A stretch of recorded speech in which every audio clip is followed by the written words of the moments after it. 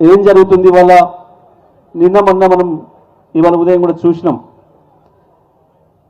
Single window పాలక వర్గాలు రద్దు, ప్రభుత్వమే నామినేట్ చేసుకుంటుంది, మార్కెట్ కమిటీ చైర్మన్లలో ఇంకొన్న వేసినట్టు అనే మాట చూసినాం.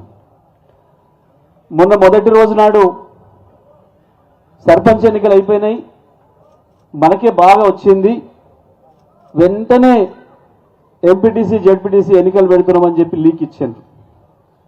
తెల్లారి మర్నాడు కూర్చొని లెక్కలు వేసుకుంటే మొదటికే మోసం వచ్చింది.